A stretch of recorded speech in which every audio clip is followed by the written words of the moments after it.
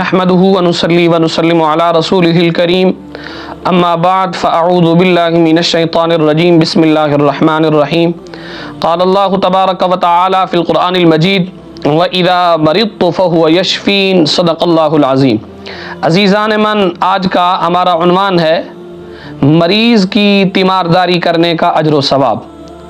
سید دو عالم صلی اللہ تعالیٰ علیہ وسلم نے مریض کی تیمارداری کرنے کا جا بجا حکم مبارک دیا اور اس کی فضیلت اور اجر بتلایا۔ سنن الترمذی کی حدیث پاک ہے، حضرت مولا علی اس حدیث کے راوی ہیں۔ آپ کہتے ہیں سمعت رسول اللہ صلی اللہ علیہ وسلم یقول ما من مسلم یعود غدوۃ الا صلی علیہ 70,000 ملک حتی وَإِنْ عَادَهُ عَشِيَّةً إِلَّا صَلَّى عَلَيْهِ 70,000 مَلَكٌ حَتَّى يُصْبِحَ وَكَانَ لَهُ خَرِيفٌ فِي الْجَنَّةِ۔ حضرت مولا علی کہتے ہیں میں نے نبی پاک صلی اللہ تعالیٰ علیہ وسلم کو فرماتے ہوئے سنا، جو شخص اپنے مسلمان بھائی کی تیمارداری کرنے کے لیے صبح کے وقت گھر سے نکلتا ہے، مریض کا پتہ لینے کے لیے جاتا ہے، تیمارداری کرنے کے لیے جاتا ہے، تو اللہ تعالیٰ اس بندے کے لیے 70,000 فرشتوں کی ڈیوٹی لگا دیتا ہے۔ وہ 70,000 فرشتے صبح سے لے کر شام تک اس بندہ مومن کے لیے بخشش اور مغفرت اور رحمت کی دعا کرتے رہتے ہیں، اور جو شام کے وقت جاتا ہے رب ذوالجلال صبح تک 70,000 فرشتوں کی ڈیوٹی لگا دیتا ہے، وہ اس کے لیے مغفرت اور رحمت اور برکت کی دعا کرتے رہتے ہیں۔ یہ سلسلہ چلتا رہتا ہے صبح سے لے کر شام تک، شام سے لے کر صبح تک۔ یہ رب ذوالجلال دنیا میں انعام دیتا ہے، اور فرمایا آخرت میں کیا بدلہ دوں گا؟ فرمایا وَكَانَ لَهُ خَرِيفٌ فِي الْجَنَّةِ۔ اس بندے کے لیے جو پتہ لینے کے لیے جاتا ہے، مریض کی عیادت کرنے کے لیے جاتا ہے، اس کے لیے جنت کے اندر اللہ ایک باغ لگا دیتا ہے۔ اور اسی طرح حدیث کے راوی حضرت انس رضی اللہ تعالیٰ عنہ ہیں۔ آپ کہتے ہیں سرکار علیہ الصلوۃ والسلام نے ارشاد مبارک فرمایا من توضأ فأحسن الوضوء وأعاد أخاه المسلم محتسبا بعد من جہنم مسیرۃ 60 خریفا۔ حضرت انس کہتے ہیں سرکار علیہ الصلوۃ والسلام نے ارشاد مبارک فرمایا جس نے اچھا وضو کیا اور ثواب حاصل کرنے کی غرض سے اپنے مریض بھائی کا پتہ لینے کے لیے گیا، تو اللہ تعالی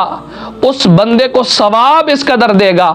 بدلہ اس قدر دے گا۔ فرمایا اس بندے کو 60 سال کی مسافت کے فاصلے پر دوزخ سے دور کر دیا جاتا ہے۔ اور حضرت ابو ہریرہ کہتے ہیں سرکار علیہ الصلوۃ والسلام نے ارشاد مبارک فرمایا من عاد مریضا نادى مناد من السماء طبت وطاب ممشاك وتبوأت من الجنة منزلا۔ سرکار علیہ الصلوۃ والسلام نے فرمایا جو شخص بیمار کی عیادت کو جاتا ہے تو آسمان سے ایک فرشتہ ندا دیتا ہے، آواز لگاتا ہے، کہتا ہے اے پتہ لینے والے،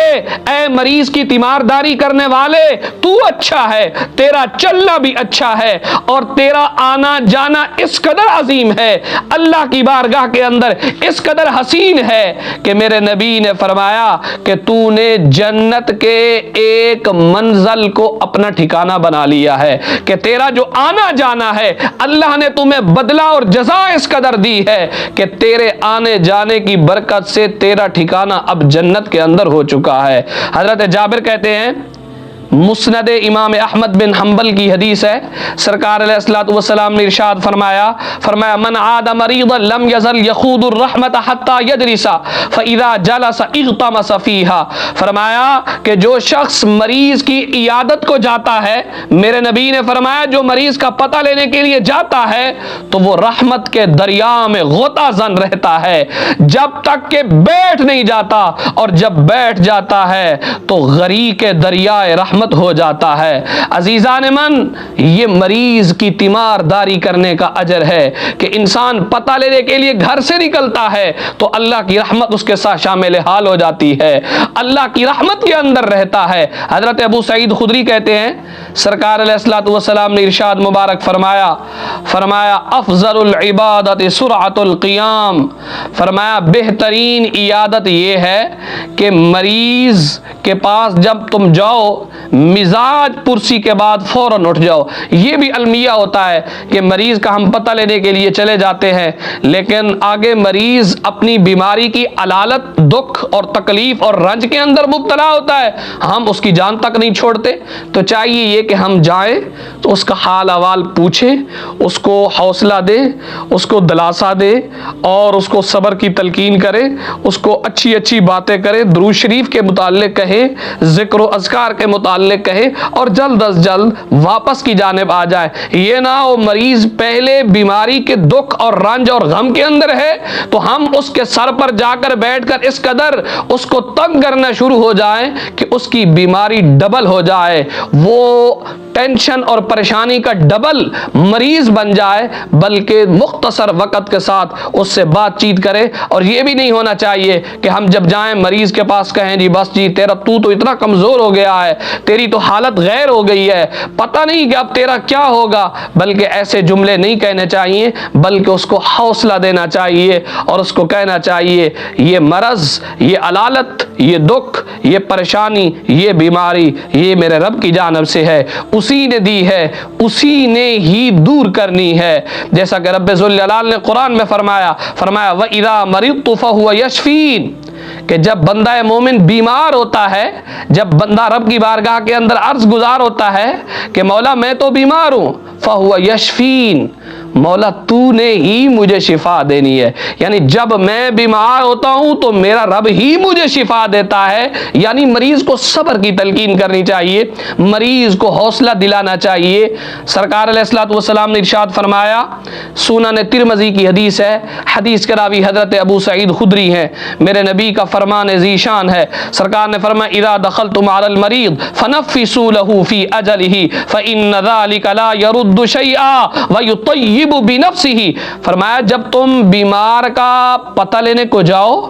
تو موت کے بارے میں اس کا رنج و غم کچھ دور کرو، اس کو کہو بھئی تم ٹھیک ہو جاؤ گے، انشاءاللہ جلد ٹھیک ہو جاؤ گے، بس تم ٹھیک ہونے والے ہو، شام تک تم ٹھیک ہو جاؤ گے۔ اور فرمایا کہ تم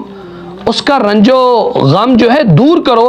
اگرچہ اس سے اس کی موت کا وقت ٹال نہیں سکتا، لیکن تم یہ کہو گے انشاءاللہ تم ٹھیک ہو جاؤ گے تو اس کی برکت کیا ہوگی؟ فرمایا وَيُطَيِّبُ بِنَفْسِهِ، تمہارے اس جملے کہنے کی برکت سے اس کا دل خوش ہو جائے گا، وہ اس کا حوصلہ بڑھ جائے گا، وہ یہی سوچے گا کہ میں ٹھیک ہو جاؤں گا۔ اور سرکار علیہ الصلوۃ والسلام نے ایک وظیفہ بتایا، حدیث کے راوی حضرت عبداللہ ابن عباس ہے، سنن ابو داؤد کی حدیث ہے، سرکار علیہ الصلوۃ والسلام نے فرمایا جو مسلمان کسی مسلمان کی عیادت کو جائے تو 7 بار یہ دعا پڑھے، کون سی؟ اسأل اللہ العظیم رب العرش العظیم ان یشفیک، سرکار علیہ الصلوۃ والسلام نے فرمایا جو بندہ یہ جملہ 7 مرتبہ پڑھتا ہے، یہ وظیفہ 7 مرتبہ پڑھتا ہے، تو فرمایا اگر موت کا وقت نہیں آ گیا ہے نا، اگر اس نے دنیا کے اندر رہنا ہے تو رب ذوالجلال اس وظیفے کی برکت سے اسے شفا عطا فرمائے گا۔ تو ان تمام احادیث سے عزیزان من سبق یہ ملتا ہے، درس یہ ملتا ہے، ہمیں مریض کا پتہ بھی لینے جانا چاہیے، مریض کا حال احوال بھی پوچھنا چاہیے اور ساتھ ساتھ مریض کو حوصلہ بھی دلانا چاہیے اور مریض کے پاس جا کر ان وظائف کا ورد کرنا چاہیے، تو رب ذوالجلال ضرور شفا بھی عطا فرمائے گا اور رب ذوالجلال ثواب بھی عطا فرمائے گا۔